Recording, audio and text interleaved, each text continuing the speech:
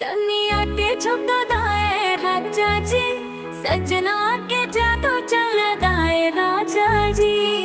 बलम जी तनी धीरे धीरे बोले, बातन में मिठास घोला दाए राजा जी।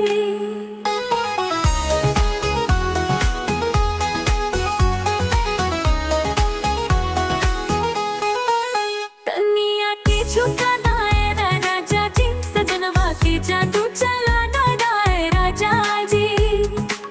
बलम जी तनी धीरे धीरे बोलस, बातन में मिठास घोला दाए राजा जी। काज से भरल बा अखियन के प्याला, देखे में लागे तू कोई नवाब वाला। हर पल तहरे संग जियल के चाहत छू जाए जियरा के हर ताला।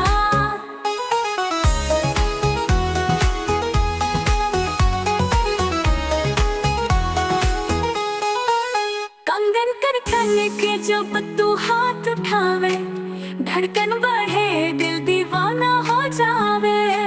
सजने के सीने में आग लगा दस, बस प्यार से तू एक नजर डाले जा।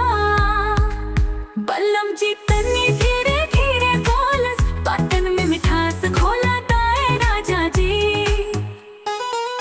काज से भरल बा अखियन के प्याला, देखे में लागे